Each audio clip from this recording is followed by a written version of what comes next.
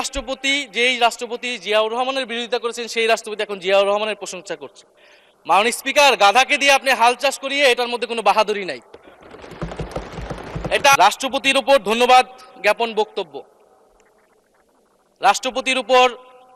রাষ্ট্রপতির বক্তব্য আমি শুনিও নাই, পড়িও নাই, এবং সেই বক্তব্য দেওয়ার সুযোগ করে দেওয়াকে আমরা প্রত্যাখ্যান জানিয়েছিলাম। আমরা খুব স্পষ্টভাবে বলেছিলাম যে এই রাষ্ট্রপতির অপসারণ প্রয়োজন, তাকে গ্রেফতার করা প্রয়োজন। এই রাষ্ট্রপতির আর কোনো অধিকার নেই বঙ্গভবনে থাকার, এইখানে এসে বক্তব্য দেওয়ার।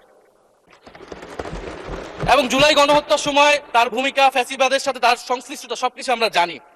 আমাদের দুর্ভাগ্য, এই দুর্নীতিবাজ, অপদার্থ, মিথ্যুক, গণহত্যার দোষর এখনো বাংলাদেশের রাষ্ট্রপতি।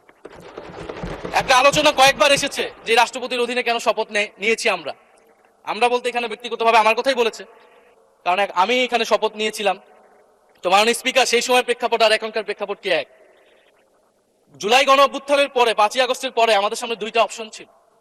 আমরা বলেছিলাম জাতীয় সরকার করতে হবে, সেই জাতীয় সরকারের প্রস্তাব বিএনপি নাকচ করে দিয়েছে। আমাদের সামনে আরেকটা অপশন ছিল ক্ষমতা আর্মির হাতে তুলে দেওয়া। যদি আমরা সেই দিকে আগাতাম, আজকে তারা এখানে বসতে পারতেন কিনা মাননীয় স্পিকার, সেটা সন্দেহ আছে। ফলে এখন তো একটা নির্বাচিত সরকার মাননীয় স্পিকার, এখন তো চাইলেই বিএনপি রাষ্ট্রপতি পরিবর্তন করতে পারে সরকার, এবং আমরা বিশ্বাস করি বিএনপিতে সেই ধরনের যোগ্য আস্থাভাজন ব্যক্তি নিশ্চয়ই রয়েছে। এবং সরকার দলের সদস্য অনেকে গৌরবের সাথে বলেছেন যে যেই রাষ্ট্রপতি জিয়াউর রহমানের বিরোধিতা করেছেন সেই রাষ্ট্রপতি এখন জিয়াউর রহমানের প্রশংসা করছে।